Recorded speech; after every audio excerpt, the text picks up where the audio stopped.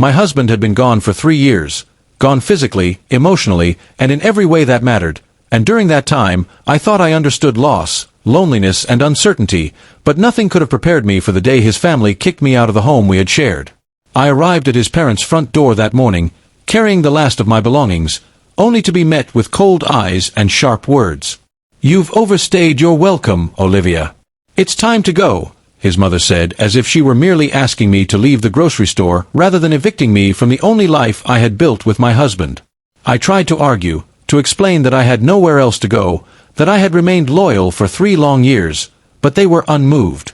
My suitcase felt impossibly heavy in my hands, but I forced a calm nod, refusing to escalate the situation and knowing that any anger would play into the narrative they had already decided to create. I stepped onto the street, carrying not just my belongings but a growing weight of disbelief, grief, and determination. I wandered aimlessly for a while, clutching my bag, feeling the sting of betrayal and the hollow ache of abandonment. Everywhere I looked, the city was moving forward, indifferent to my personal crisis. After a while, I found myself at the bus station, sitting on a worn bench with a dull hum of traffic and chatter around me, trying to gather my thoughts. I had no plan, no backup, just the determination to survive and the quiet hope that 3 years of patience, loyalty, and endurance would somehow lead me to a chance at justice or redemption. I observed people hurrying past, families greeting each other, strangers talking on phones, unaware of the silent storm I carried inside me. It was in that liminal space, neither home nor fully on the road, that I began to think strategically about what I could do, about how I could reclaim not only my dignity but a life that had been unjustly taken from me.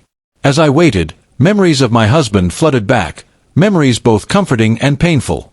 I remembered the life we had planned, the dreams we had shared, and the promises that had been broken in his absence. I realized that my grief was not only for him but also for the years lost to uncertainty and absence, and that acknowledgement of that pain was the first step toward reclaiming agency over my own life. Sitting there, suitcase by my side, I resolved that I would no longer be defined by his disappearance or his family's cruelty. I would act, not react, and I would do so with patience, cunning, and determination. Hours passed, the sun beginning to dip toward the horizon, and I noticed the subtle rhythm of the bus station, the way the vehicles arrived and departed, the quiet efficiency of movement around me. I knew that eventually, someone from his side, or someone who cared, would emerge, because his disappearance hadn't gone unnoticed, and I was ready. I kept my gaze calm, scanning for any hint of recognition, any sign that my long wait might finally yield an opportunity to confront, reclaim, or expose the truth. And then, as twilight fell and the lights of the station flickered on, I saw a familiar figure approaching. Not my husband, not yet, but someone who held sway in his life, someone whose presence could tip the balance. My heart raced, a mixture of hope and caution, as the figure drew closer, and I realized that my patient, silent endurance had placed me exactly where I needed to be. When they finally arrived, there was no dramatic confrontation, no shouting or accusations. Instead, there was acknowledgement, the understanding that I had been wronged, that the years of abandonment had not erased my rights or my dignity, and that my loyalty and perseverance had not gone unnoticed. It was subtle, almost understated, but the shift in power was undeniable. I felt a rush of quiet triumph, knowing that the emotional labor, the pain endured, and the patience exercised had finally positioned me for justice, recognition, or at the very least, a measure of control over my own fate. I had been pushed out, abandoned, and dismissed, yet here, in the middle of that ordinary bus station, I had claimed a position of strength without raising my voice, without confrontation, simply by enduring and being ready. By the time I boarded the bus, the initial sting of betrayal had softened into a focused clarity.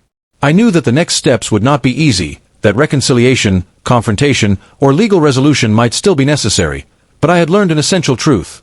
Waiting, observing, and maintaining one's dignity in the face of abandonment is a form of strength few recognize until it is too late to ignore. The 3 years of absence, the eviction, and the sense of powerlessness had all been transformed by a single act, patience paired with readiness. Sitting by the window as the city lights blurred past, I felt an unfamiliar sense of calm, mixed with determination. I was no longer simply a victim of circumstance.